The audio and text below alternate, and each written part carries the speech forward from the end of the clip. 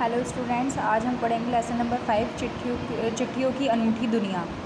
पत्रों की दुनिया भी अजीब व गरीब है और उसकी उपयोगिता हमेशा से बनी रही है। पत्र जो काम कर सकते हैं वह संचार का आधुनिकतम साधन नहीं कर सकता। पत्र जैसा संतोष फ़ोन या एसएमएस कहाँ दे सकते हैं। पत्र एक नया सिलसिला शुरू करते हैं और राजनीति, साहित्य तथा कला के क्षेत्रों में तमाम विवाद और नई घटनाओं की जड़ भी पत्र ही होते हैं। दुनिया का तमाम साहित्य पत्रों पर केंद्रित है और मानव सभ्यता के विकास में इन पत्रों ने अनूठी भूमिका निभाई है। पत्रों का भाव सब जगह एक सा है, भले ही उसका नाम अलग अलग हो। पत्र को उर्दू में खत, संस्कृत में पत्र, कन्नड़ में कागज, तेलुगु में उत्तरम, जाबू और लेख तथा शामिल में तमिल में कड़ित कहा जाता है। पत्र यादों को सहेज कर रखते हैं, इसमें किसी को कोई संदेह नहीं है। हर एक की अपनी पत्र लेखन कला है और हर एक के पत्रों का अपना दायरा। दुनिया भर में रोज़ करोड़ों पत्र एक दूसरे को तलाशते तमाम ठिकानों तक पहुंचते हैं। भारत में ही रोज़ 4.5 करोड़ चिट्ठियां डाक में डाली जाती हैं, जो साबित करती हैं कि पत्र कितनी अहमियत रखते हैं।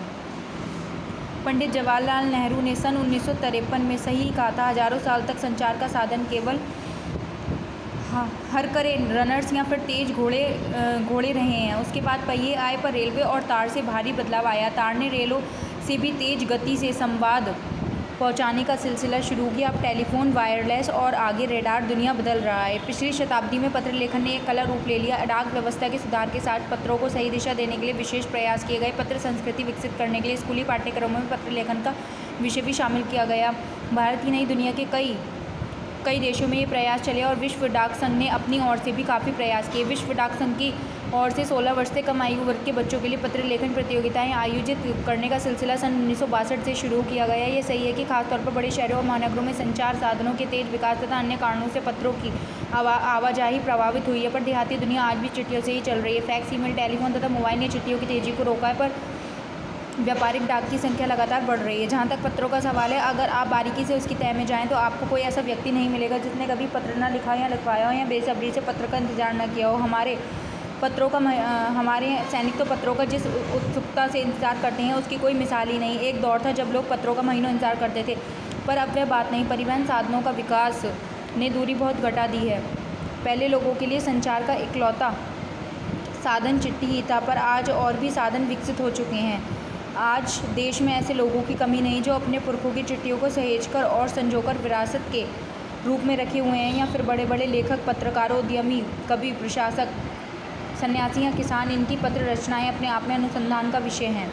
अगर आज जैसे संचार साधन होते तो पंडित नेहरू अपनी पुत्री इंदिरा गांधी को फ़ोन करते, तब पिता के पत्र पुत्री के नाम नहीं लिखे जाते, जो देश के करोड़ों लोगों को प्रेरणा देते हैं। पत्रों को आप सहेज कर रख लेते हैं, पर एसएमएस संदेशों को आप जल्दी ही भूल जाते हैं। कितने संदेशों को आप सहेज कर रख सकते हैं। तमाम महान हस्तियों की तो सबसे बड़ी यादगारियाँ, धरोहर उनके द्वारा लिखे पत्र हैं। भारत में इस श्रेणी में राष्ट्रपिता महात्मा गांधी को सबसे आगे रखा जाता है। दुनिया के तमाम संग्रहालय जानी मानी हस्तियों के पत्रों का अनूठा संकलन भी है। तमाम पत्र देश, काल और समाज को जानने समझने का असली पैमाना। भारत में आज़ादी के पहले महासंग्राम के दिनों में जो अंग्रेज अफसरों ने अपने परिवारजनों को पत्र में लिखा, वह आगे चलकर बहुत महत्व की पुस्तक बन गए। इन पत्रों ने साबित किया कि यह संग्राम कितनी ज़मीनी मजबूती लिए हुए था। महात्मा गांधी के पास दुनिया भर से तमाम पत्र केवल महात्मा गांधी इंडिया लिखे आते थे और वे जहाँ भी रहते थे वहाँ तक पहुँच जाते थे। आज़ादी के आंदोलन की कई अन्य दिग्गज हस्तियों के साथ भी ऐसा था। गांधी जी के पास देश दुनिया से बड़ी संख्या में पत्र पहुंचते थे, पर पत्रों का जवाब देने के मामले में उनका कोई जोड़ नहीं था। कहा जाता है कि जैसे ही उन्हें पत्र मिलता उसी समय वह उसका जवाब भी लिख देते थे। अपने हाथों से ही ज़्यादातर पत्रों का जवाब देते थे। जब लिखते लिखते उनका दाहिना हाथ दर्द करने लगता था तो वह बाएं हाथ से लिखने में जुट जाते। महात्मा गांधी जी ने ही आंदोलन के तमाम दर्द नायकों के पत्र गांव-गांव में मिल जाते। पत्र भेजने वाले लोग उन पत्रों को किसी प्रशासित पत्र से कम नहीं मानते और कई लोगों ने तो उन पत्रों को फ्रेम कराकर रख लिया है। यह है पत्रों का जादू। यह नहीं, पत्रों के आधार पर ही कई भाषाओं में कितनी किताबें लिखी जा चुकी हैं।